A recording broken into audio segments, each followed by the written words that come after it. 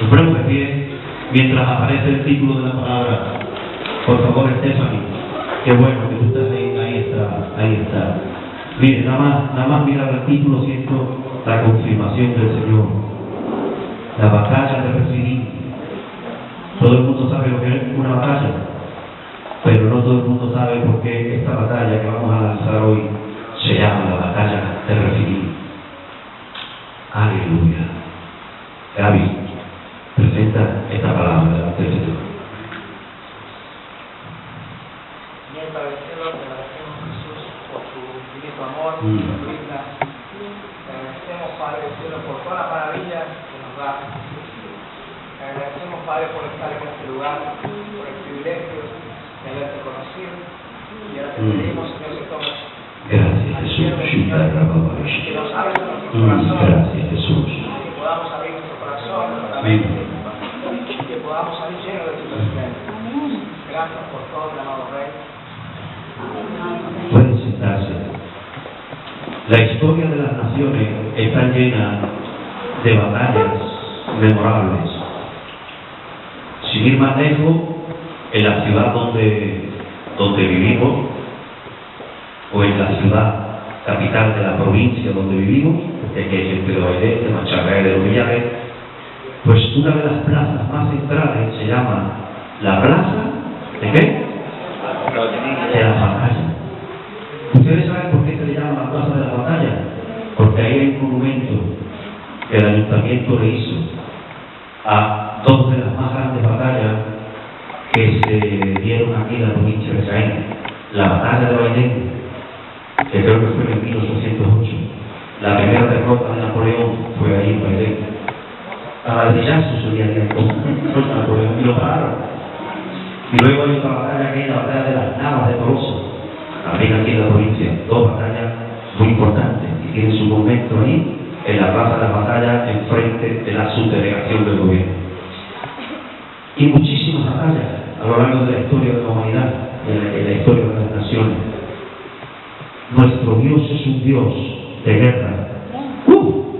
Él es Jehová, varón de guerra. Aleluya. Jehová, varón de guerra que tiene sus enemigos y que se levanta poderoso en contra de su enemigo. Y en esta tarde vamos a analizar no la batalla de Bailén, no la batalla de las Navas de Tolosa, vamos a analizar la batalla del Refidim. Una batalla que se libró en un valle llamado Refidim. Vamos a leerlo y es una batalla del Antiguo Testamento.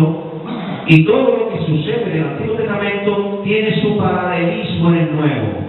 Todo lo que sucedió en el Antiguo Testamento es profético de lo que sucedería en el Nuevo Testamento. Así que vamos a analizar la batalla de Refidim. Toda la congregación de los hijos de Israel partió del desierto de Sin por su jornada, conforme al mandamiento de Jehová, y acamparon ¿dónde? En Refidim. No había agua para el pueblo bebiese, y altercó el pueblo con Moisés y dijeron: danos agua para que bebamos. No, esto no es, hermana. Éxodo 17, a ver, trae la Biblia. A ver. O si es eso, espérate que lo vea. ¿Está bien ahí? Sí, esa es, muy bien. ¿Por qué pecáis conmigo? ¿Por qué tentáis a Jehová? Así que el pueblo tuvo allí sed y murmuró contra Moisés y dijo: ¿por qué nos hiciste subir de Egipto para matarnos de sed a nosotros y a nuestros hijos y a nuestros ganados?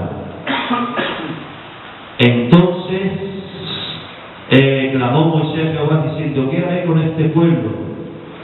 Pero es que es ahí, pero más adelante. A ver, eso un momentito, por favor.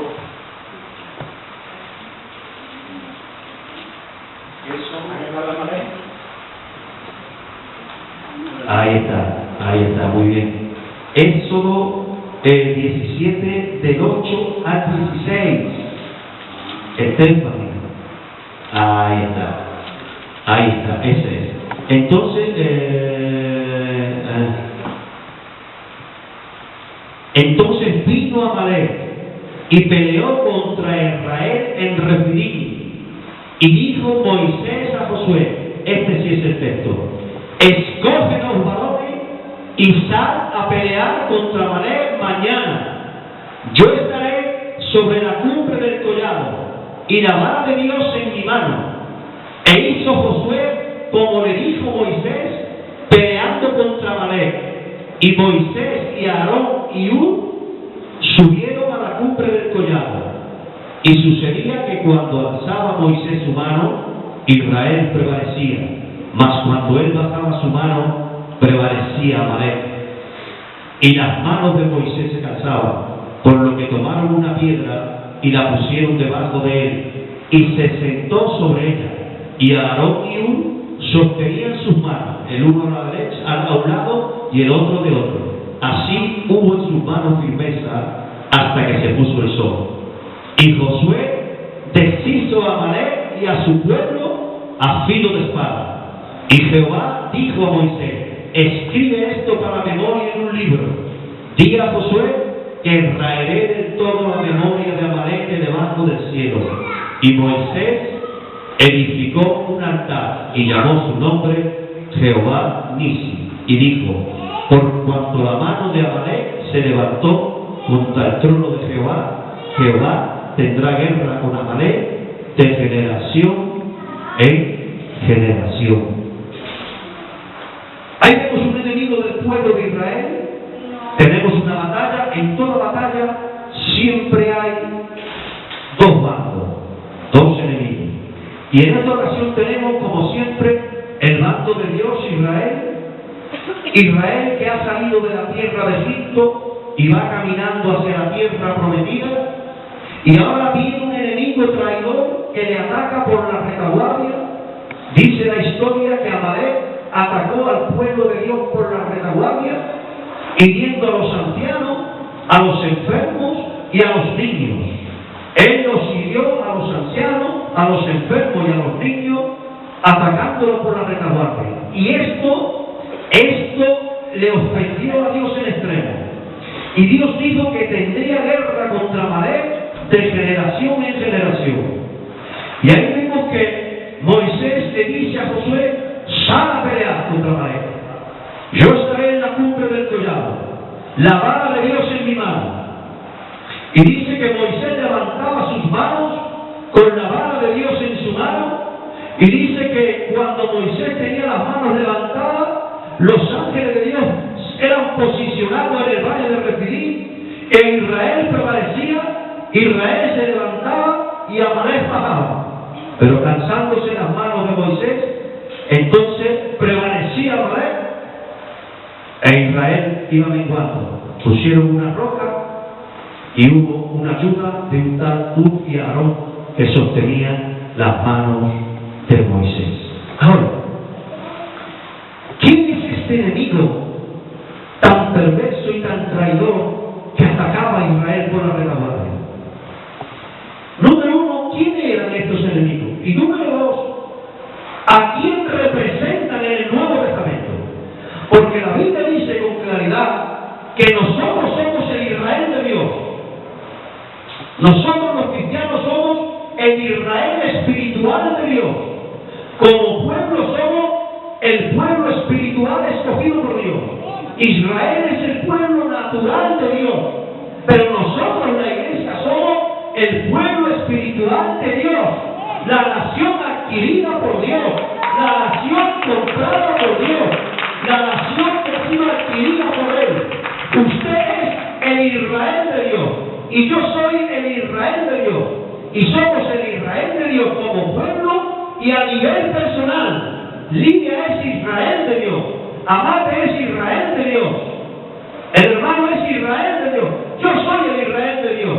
Y como el Israel natural del Antiguo Testamento tenía sus enemigos, nosotros tenemos nuestros enemigos, que son los enemigos de Dios, y que Dios tiene guerra contra ellos de generación en generación.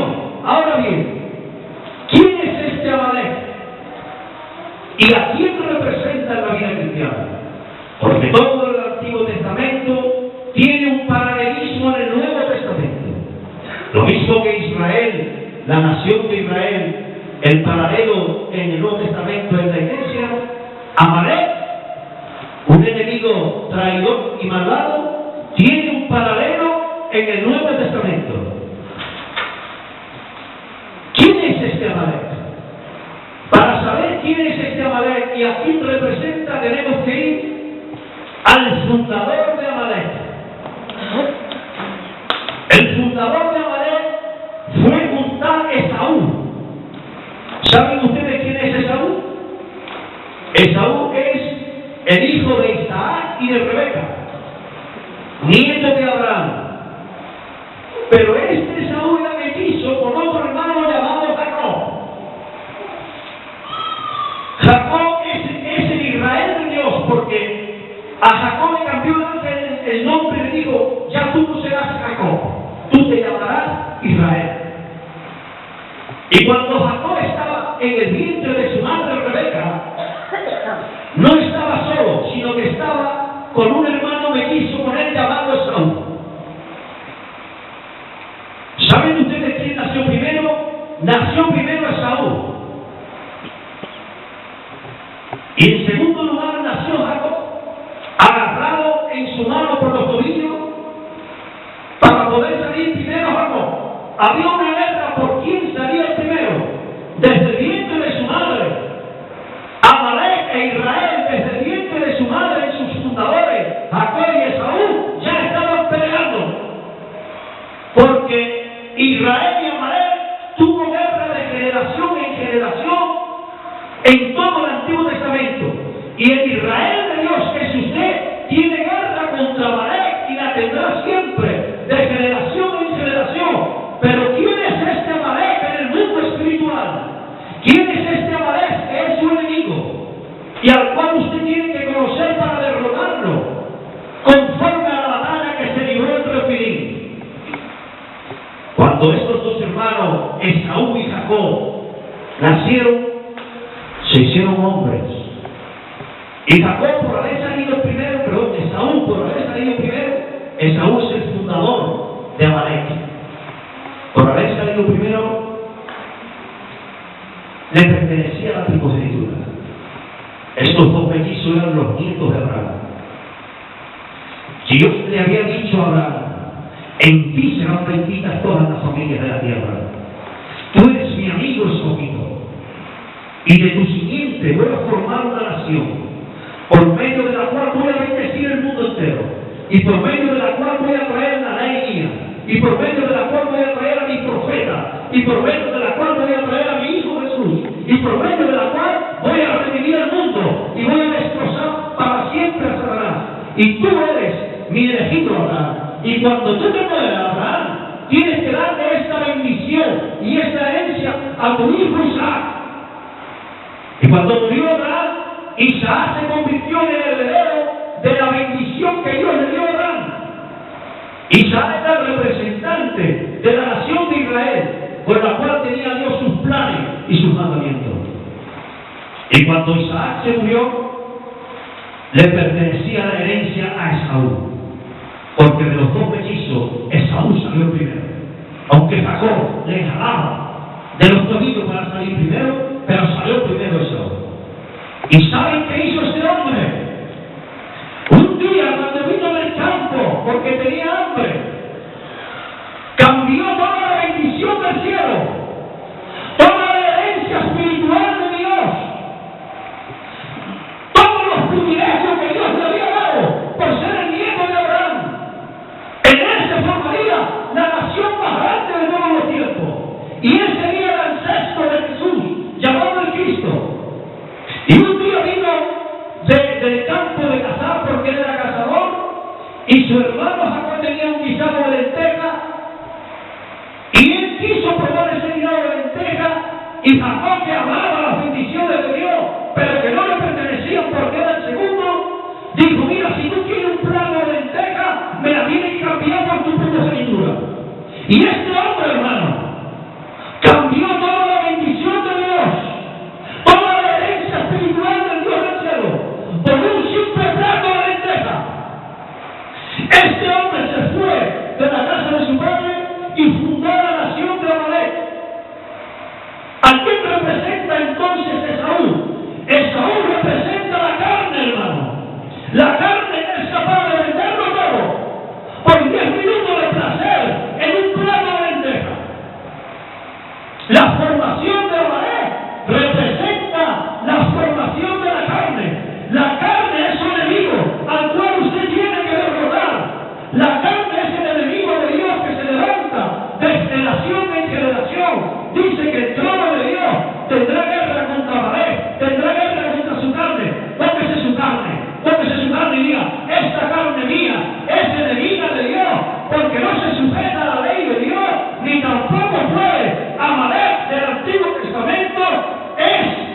la carne del Nuevo Testamento.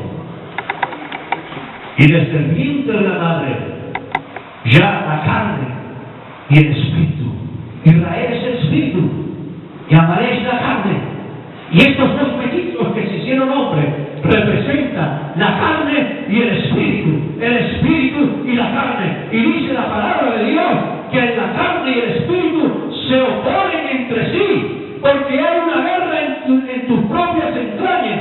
Hermano, en las entrañas de Rebeca se peleaban estos dos mellizos. Esto está en Génesis capítulos anteriores. Se peleaban estos dos mellizos. Y la pobre Rebeca estaba destrozada porque había dos gemelos dentro de ella, dos mellizos dentro de ella, y se peleaban, porque era algo profético, porque era la esposa de Isaac, el hijo de Abraham. Ahí estaba formándose el plan de Dios, y ahí proféticamente estaba la guerra infinita entre la carne y el espíritu, y se peleaba dentro de ella, y ella fue a consultar a Jehová. Y Jehová le dijo: dos pueblos hay en tu seno, y estos dos pueblos serán enemigos antes de tu entraña. Y hermano, yo te digo a ti ahora por el Espíritu Santo, tú eres el Israel de Dios, pero en ti hay un hombre espiritual, en ti hay un hombre nuevo, en ti hay un hombre que ama a Dios, pero en ti hay un hombre carnal, en ti hay un hombre viejo que se levanta contra Dios y que se levantará hoy, se levantará mañana y se levantará mientras que usted viva, porque la carne y el espíritu son enemigos para siempre. Y usted tiene que aprender bien de ese enemigo y cómo vencerlo. Aún desde el vientre de su madre, y aún cuando se hicieron mayores, los dos hermanos se peleaban. El uno, el que pertenece al Espíritu, fundó la nación de Israel, del cual vino la Biblia, del cual vino Jesús, del cual vinieron los profetas, y del cual en el Espíritu vinimos nosotros. Y el otro fundó a Amalek, que es la carne. Y la carne y el espíritu se pelean para siempre. Ahora, ¿por qué la carne es nuestro enemigo? Miren, la carne es nuestro enemigo por muchas razones. La primera es porque Gálatas 5, 16 al 23 dice lo siguiente: dice pues, a ver si está ahí está. Dice pues, andad en el espíritu, y no satisfagáis los deseos de la carne, porque el deseo de la carne es contra el espíritu, y el deseo del espíritu es contra la carne, y estos dos deseos se oponen entre sí, para que no hagáis lo que quisierais. Está diciendo que en Rafa desde hace un mes o dos, cuando él nació de nuevo, hay un Rafael nuevo. Hay un Rafael espiritual que ahora las cosas que antes amaba las aborrece. Los pecados en el cual él andaba ahora ya no le gustan, porque dentro de sus entrañas Dios ha levantado a un Rafa nuevo que ama a Dios, que quiere agradarle a Dios, y que en él Dios ha puesto la ley del Espíritu de vida en Cristo Jesús, un hombre interior nuevo. Pero el viejo Rafa está ahí, que es Esaú, que es Amalek, que es la carne. Y ahora dice la Biblia que tenemos que andar en el Espíritu y no satisfacer los deseos de la carne, porque el deseo de la carne está en contra del deseo del Espíritu. Lo mismo que había una guerra en el vientre de Rebeca, hay una guerra en sus entrañas, hay una Lidia vieja y hay una Lidia nueva, hay una Lidia perdonadora y hay una Lidia rencorosa, hay una Lidia santa y hay una Lidia inmunda, hay una Lidia vieja y hay una Lidia nueva, y está dentro de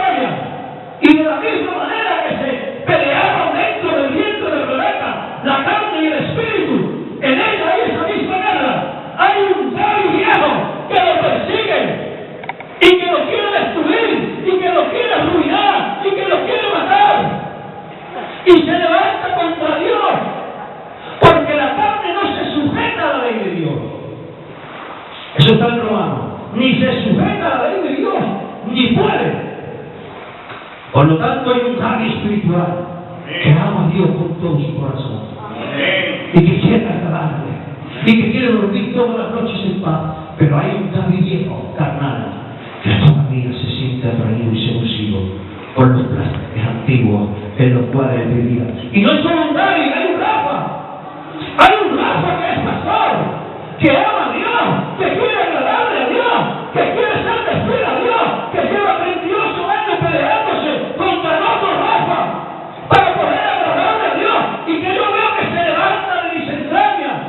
Como yo no me ande con cuidado, como yo me descuide, el viejo Rafael, aunque hace 38 años que yo conocí al Señor, está en mi carne.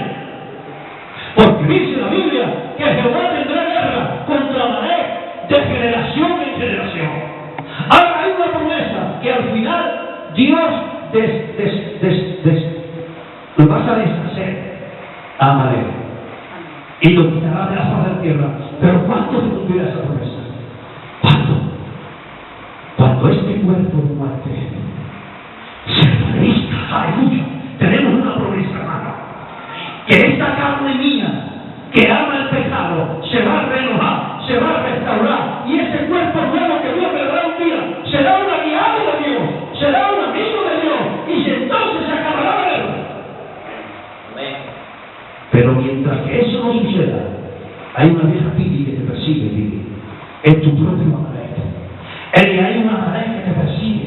Es la vieja Eli, la que naciste de tu padre y de tu madre, que se pelea en contra de la nueva Eli, que nació en Cristo Jesús, por la palabra y por el Espíritu de Dios. Hay un viejo rico y un nuevo rico que están en guerra de generación en generación. ¿Por qué? Porque dice Gálatas que si, dice el apóstol Pablo, que si no tenemos cuidado y dejamos vivir al hombre viejo, manifiestas son, todo eso está ahí, no tengo memorizado, todo eso está ahí, manifiestas son las obras de la carne. Miren el hombre carnal que feo es. El hombre carnal dice, manifiesta, ahí estamos en el 19, manifiestas son las obras de la carne. ¿Qué son? Miren el hombre carnal cuando se manifiesta. El hombre carnal es un adúltero, un fornicario, un inmundo, un lascivo, adulterio, fornicación, inmundicia, lascivia, idolatría, hechicería, pleito, celo, iras, contienda, disensiones, herejías y cosas semejantes a esta.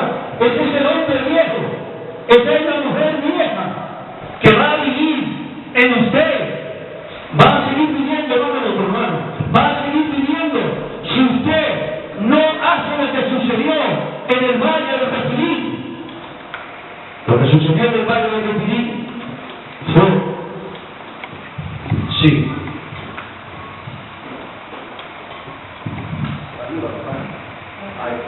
lo que sucedió en el valle de Repidín fue lo que le dio la victoria. ¿Por qué? Porque se levantó a pelear. Y usted se tiene que levantar a pelear contra todo lo que pertenece a la vieja vida. En Romanos dice, adelante, el próximo versículo, hermana, el de Romanos, mira lo que dice Romanos. Porque sabemos que la ley es espiritual, mas yo soy carnal. ¿Qué sigue? Vendido al pecado. El hombre carnal está vendido, ¿vale? Hay una Juan carnal que está vendida al pecado. Tony, hay un Tony carnal, el antiguo, el viejo, el que estaba antes de que tú conocieras a Cristo, pero que todavía está en tu carne. Y ese Tony carnal es un Tony vendido al pecado. Porque la ley de Dios es espiritual, pero yo soy carnal, vendido al pecado. Porque lo que hago no lo entiendo, pues no hago lo que quiero, sino que lo aborrezco, eso hago. Y si lo que no quiero, esto hago, apruebo que la ley es buena, de manera que no soy yo quien hace aquello, sino el pecado que mora en mí. Y yo sé que en mí, esto es en mi carne, no mora el bien, porque el querer hacer el bien está en mí, pero no el hacerlo. Porque si hago el bien que quiero, no hago el bien que quiero, sino el mal que no quiero, eso hago. Y si hago lo que no quiero, ya no lo hago yo, sino el pecado que mora en mí. Así que queriendo yo hacer el bien, hago esta ley, que el mal está en mí. El pecado es una ley en el hombre carnal. El hombre carnal no puede dejar de pecar. Por eso el cristianismo no decimos vamos a cambiar al hombre viejo. Dios no quiere cambiar al hombre viejo. ¿Saben por qué? Porque el hombre viejo y la mujer vieja no tienen arreglo. Dios ha hecho algo más grande. ¿Saben qué ha hecho Dios con el hombre viejo? Matarlo. ¡Lo ha matado! Y en su lugar ha levantado a un hombre nuevo. Pero de tal manera que nos amó Dios, que entregó a su Hijo para que el hombre viejo muriera en Jesús. Romanos 6, capítulo 6, versículo 3, 11. 3, 6 y 11 dice lo siguiente. ¿Lo tienen? ¿O no sabéis que todos los que hemos sido bautizados en Cristo Jesús hemos sido bautizados en su muerte? Cuando usted fue bautizado en Cristo Jesús, usted fue bautizado en la muerte de Cristo.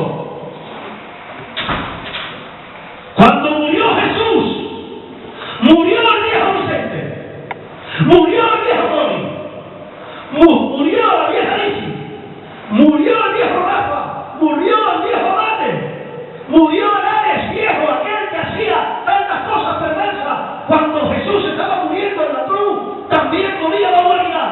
Porque Jesús no solo murió para perdonarnos nuestros pecados, sino que también murió para matar al pecador que todos llevamos dentro.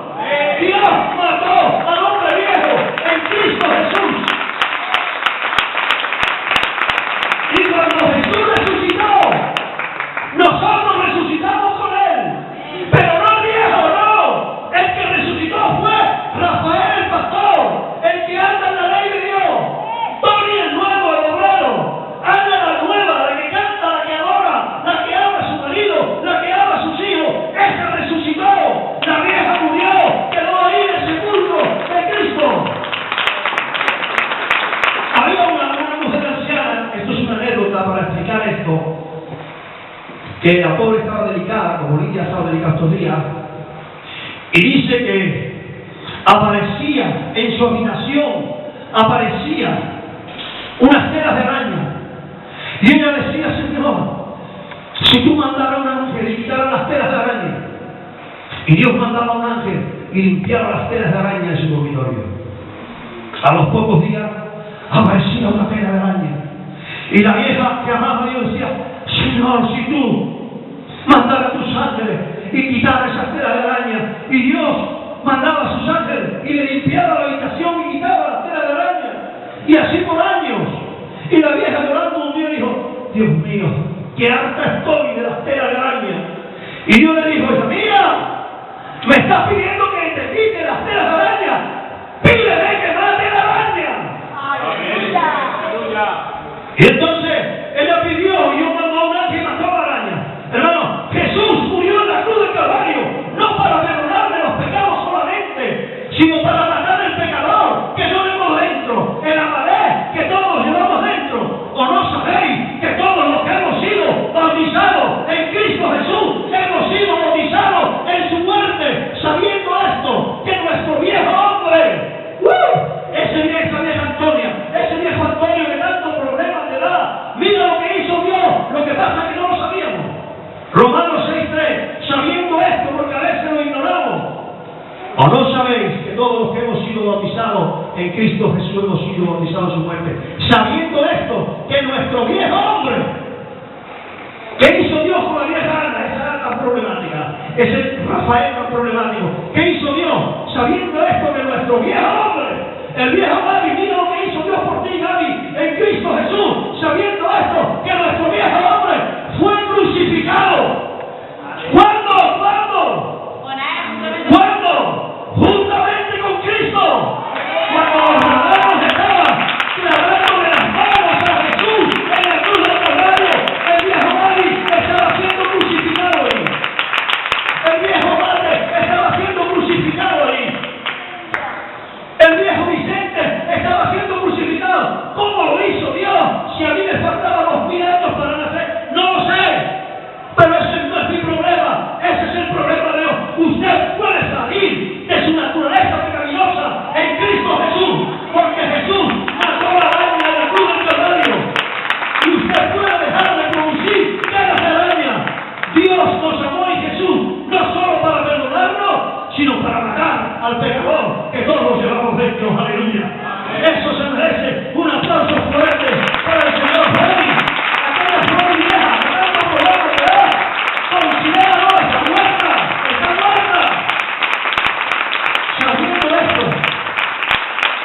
El problema es que no lo sabemos. Yo oro que el Espíritu de Dios te dé luz y vea que el pecador que llevamos dentro en la carne, el viejo hombre, el hombre carnal, murió. Son buenas, por eso las gente son buenas noticias. Qué bueno. Por eso somos salvos por gracia. Porque ¿qué le puede pedir Dios al hombre viejo y carnal para que le haga a él? Dios amó tanto a ese hombre viejo, carnal y pecador que le mandó su palabra y le mandó el evangelio. Y por ese hombre feo, carnal y viejo, es ese al que amó Dios. Y cuando ese hombre carnal, viejo y feo, escuchó la palabra de salvación y creyó, entonces se apoderó de él la naturaleza de Cristo, la crucifixión de Cristo y la resurrección de Cristo. Usted puede dejar de pecar porque usted fue tratado hace 2000 años en la cruz del Calvario. Y todo esto lo hizo para que el cuerpo del pecado sea destruido. Aleluya.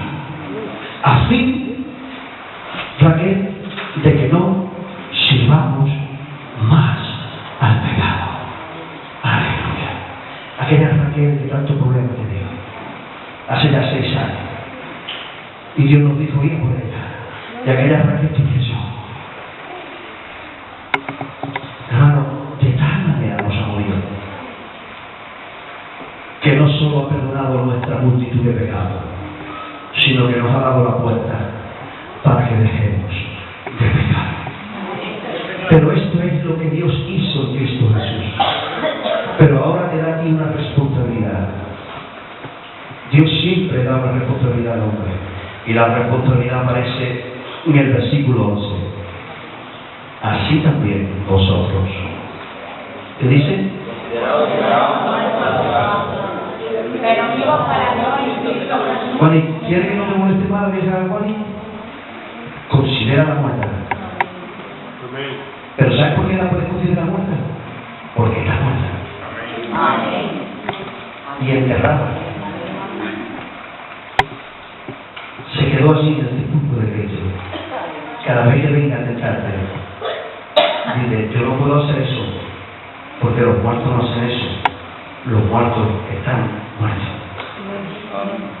Si yo tengo problema con el rencor, el nuevo Rafael no tiene problema con el rencor. Es el viejo. Y cuando de mis entrañas resurge ese viejo Rafael, para que yo guarde el rencor, te digo, no puedo. Los muertos no guardan rencor. Los muertos están muertos. Y el viejo Rafael rencoroso está muerto, porque murió juntamente con Cristo. Así que yo ahora me considero muerto. Muerto para Dios. Muerto para el pecado. Pero vivo para Dios. En Cristo Jesús.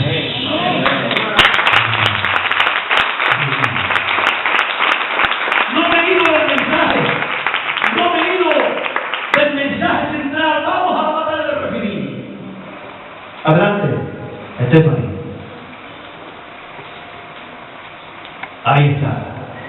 ¿Qué pasó en la batalla de Refidim? No te levantes más. ¿Qué pasó en la batalla de Refidim? Se cansaba Moisés.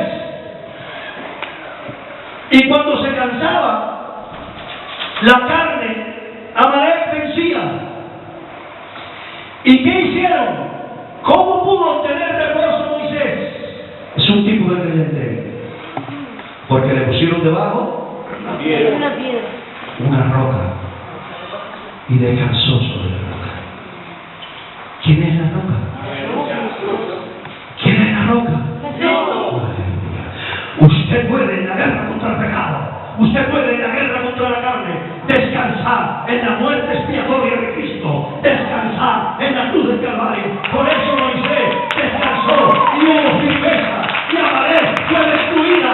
En Israel se levantó, el Espíritu venció en contra de la carne, porque estaba descansando en la obra expiatoria de Cristo Jesús. La obra de Cristo en la cruz del Calvario le proporciona a usted liberación del pecado. Tú puedes salir de ese pecado. Tú puedes salir, Rafa. Estás saliendo, pero te va a perseguir. Pero tú siempre dices, no. El viejo Rafa ¿Cómo está? Muerto. Muerto. Y además, enterrado. Y los muertos que están enterrados no pueden hacer nada. Ahora solamente hay uno nuevo. Dios, sí. Ha dejado las cosas que tenía y tiene en sus manos la Biblia. Este hombre es un testimonio viviente de lo que estoy diciendo. Por eso, Dios no quería arreglar al hombre viejo, porque el juicio de Dios estaba contra el hombre viejo. Dios quería matarlo, pero a la vez resucitar. Y eso es lo que hicimos el día 31. El bautismo es profético. Por eso la persona cuando cree en Jesús se bautiza, porque está diciendo proféticamente: muero en Cristo y dejo enterrado para siempre. Me identifico con la muerte de Cristo y me levanto para agradar a Dios. Lo del bautismo, hermano, es profético de lo que va a suceder a lo largo de nuestras vidas. Ahora, seguimos en la batalla de Refidim. Para obtener victoria contra la ley, el problema era doble. Uno, la ley de la gravedad lo atraía. Y él no podía, el pobre, ya tenía muchos años. Y la ley de la gravedad es una ley, hermano. La ley de la gravedad nos explicaron en el colegio, es una ley. Y una ley es algo que no puede ser revocado. Es la ley de la gravedad que va trayendo a los cuerpos hacia la tierra día y noche continuamente. Y el pecado, dice el apóstol Pablo, que es una ley. Porque es un, Romano lo hemos leído, es una ley que hay en nuestro miembro que me lleva a pecar sí o sí. He descubierto esta ley, dice el apóstol Pablo, que el pecado es ley. Pero cuando uno descansa en Cristo, ahí muere esa ley, aleluya. ¿Por qué? Porque una ley que persigue, ¿hasta dónde te puede perseguir una ley? Él se capta el mensaje. ¿Qué le ha dicho? ¿Hasta dónde? Claro. Un juez persigue a un hombre porque tiene 10 condenas por asesinato. Y luego se entera que ese hombre ha muerto. ¿Sabe qué hace el juez con todos esos papeles? Los tira, ya no vale. La muerte ha liberado a siempre de esa ley. La muerte de Cristo nos libró de la ley, del pecado que había en nosotros. Cuéntese con eso, que es suyo. Dios te amó tanto que te mató sin rozarte, te crucificó sin tocarte, te mató y te crucificó en Cristo Jesús. Y solo usted tiene Romanos 6:11 considerado muerto al pecado. Ahora, volvamos a la batalla de Refidim. El problema era doble. Moisés se cansaba y fue puesto una roca ahí. Y se acabó la mitad del problema. Pero ahora había otro problema, que para pelear contra la carne, no solo hay que frenar los impulsos de ella que nos lleva hacia abajo, sino que ahora tenemos que activarnos espiritualmente hacia arriba. Por eso las manos de Moisés tenían que alzarse hasta el cielo. Y aparece un diálogo. Pueden significar muchas cosas, pero ahí yo veo la actividad del Espíritu Santo en nuestra vida. Aleluya. ¿Por qué? Porque para la liberación del pecado hace falta dos cosas: morir al pecado y vivir para la antítesis de ese pecado. Me explico. Si yo tengo problema con el rencor, porque el viejo hombre quiere guardar el rencor todavía a aquel que me daña, no solo tengo que considerarme muerto al rencor, sino que me tengo que considerar vivo al amor, vivo a Dios, vivo a la alegría de perdonar. El pecado se vence diciéndole que no a lo que Él quiere y diciéndole que sí a lo contrario que es lo que quiere Dios. Por eso, cuando Moisés levantaba sus manos, prevalecía Israel en el reino de Refidim, y Dios terminó con la vida de Amalek. ¿Por qué? Porque había una actividad. Y esto está, hermano, en Romanos capítulo 8, donde dice que, ¿lo tiene por ahí? Adelante, mira lo que dice Romano. Dice, porque la ley, ¿qué es eso? Porque la ley del Espíritu de vida en Cristo Jesús me ha librado de la ley del pecado y de la muerte. Contra una ley solo cabe una cosa: O es la muerte, o es Otra ley. superior. La vida. Por eso los abogados cuando pierden un pleito dicen, yo voy a apelar al alto tribunal de la Junta de Andalucía. Y cuando el tribunal de la Junta de Andalucía dice, usted ha perdido, dice, voy a apelar al Tribunal Supremo de la Nación. Y cuando el Tribunal de la Nación dice que lleva razón a los demás, usted ha perdido, voy a apelar al Tribunal de Ginebra. Tribunal Superior, hasta que ya no hay más y sigue condenado a otra persona. Pues en el mundo espiritual sucede lo mismo. La ley del pecado nos saca hacia abajo. Pero hay una ley superior, que es la ley del Espíritu de vida en Cristo Jesús. Por eso, para combatir contra el pecado, usted tiene que negarse a sí mismo. Usted tiene que considerarse muerto al pecado, pero usted tiene que entrar en actividad espiritual. Por eso yo he visto gente caer, hermano. Gente que han andado en santidad. Ministros de Dios que han llegado alto en las cosas espirituales. Y de pronto han caído. Y ha resurgido el viejo hombre. Y si examina esa vida, es porque ha entrado en pasividad espiritual. La pasividad espiritual activa la actividad demoníaca, pecaminosa y carnal. En la vida cristiana no se puede estar quieto, Rafa. O usted hace lo malo, o hace lo bueno. O usted perdona, o usted guarda perdón. O usted ama al Señor, o usted lo menosprecia. O usted ora, o usted va decreyendo. Nunca se está quieto. O se avanza, o se retrocede. O se conquistan cosas, o se pierden las que hemos conquistado. Entre usted siempre en actividad espiritual, porque la ley del Espíritu de vida en Cristo Jesús me ha librado. Mire, hay un viejo Tony que lo lleva al pecado y a la carne. Hay un nuevo Tony, activado en Dios. Si este hombre no pierde esa actividad espiritual, el viejo Tony estará donde tiene que estar, muerto y enterrado. Este hombre entra en pasividad espiritual, comenzará a resurgir el nuevo Tony. ¿Por qué David cayó como cayó? Si usted conoce la historia del rey David, un hombre que llegó a ser tan grande su ministerio, con tanta unción, un hombre tan honrado que era como una leyenda viva en su época. Y a la edad de 45 o 50 años entra en pasividad espiritual. Lo había conquistado todo. Y en el tiempo que tenía que salir a la guerra, mandó a su general y él se quedó en palacio durmiendo a la siesta. No tengo nada en contra de la siesta. Es espiritual lo que estamos hablando. Este rey entró en pasividad espiritual. Y los demonios que se la tenían jurada, por lo que le hizo 30 años atrás, en otra batalla, contra Goliat, fueron a por él. Y lo quisieron. Pero ¿cuánto sufrió ese hombre? ¿Cuánto destrozó su ministerio? ¿Cuánto daño le hizo a su familia?